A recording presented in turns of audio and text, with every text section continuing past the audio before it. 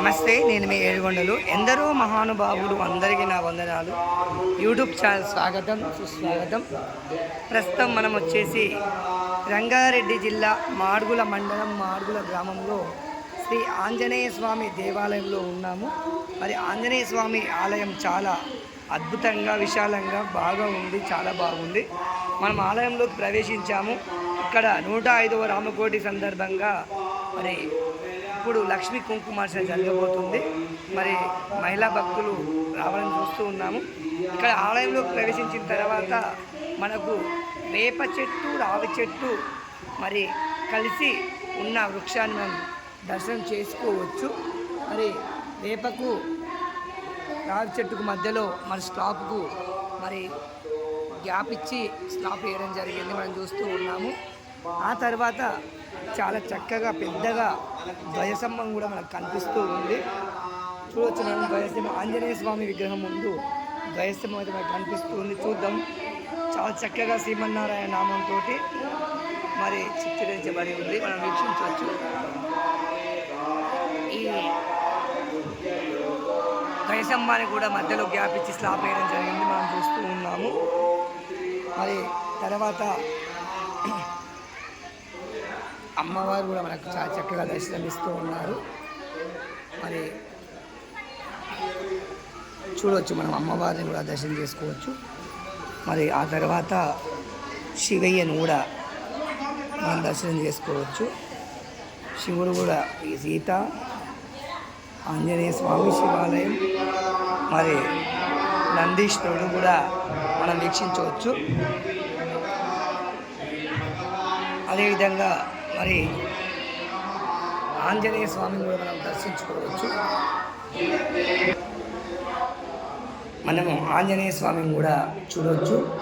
మరి రాతి కట్టడంతో నిర్మాణం చేయబడింది. రాతి స్తంభాల పైన రాతి పలకలు కనిపిస్తూ ఉన్నాయి. మరి ఆంజనేయ స్వామి చాలా చక్కగా అద్భుతంగా మనకు కనిపిస్తూ దర్శనమిస్తూ ఉన్నాడు.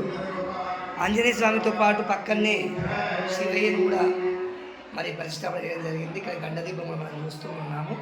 మరి ఆంజనేయ స్వామి ముందు పొడవాటి దీపాలను కూడా మనం వీక్షిస్తూ ఉన్నాము. మరి విశాలంగా పొడవుగా దీపాలను కూడా మనకు కనిపిస్తూ ఉన్నాయి. మరి ఆలయంలో భజన చేయడానికి చక్కగా సౌండ్ సిస్టమ్ మరి మైక్ స్టాండ్ కూడా మనకు కనిపిస్తూ ఉన్నాయి. ఇక్కడ మరి ఆలయంలో లక్ష్మీ కుంకుమార్చన కూడా సంసిద్ధమైన మహిళా భక్తులు తల్లులు మరి తులసి దళాలు కనిపిస్తూ ఉన్నాయి. మరి ఒక రేకుల మండపం కూడా ఆలయ భాగంలోనే కనిపిస్తూ ఉంది మనకు.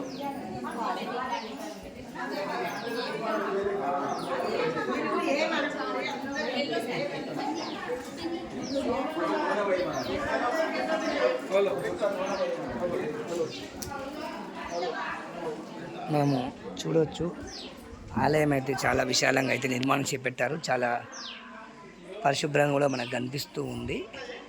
మళ్ళీ ఆలయంలో మామిడి చెట్టు చాలా చక్కగా, కాయలు కూడా చాలా బ్రహ్మాండంగా మామిడి దళంలో మామిడి కాయలు కూడా కనిపిస్తూ ఉన్నాయి.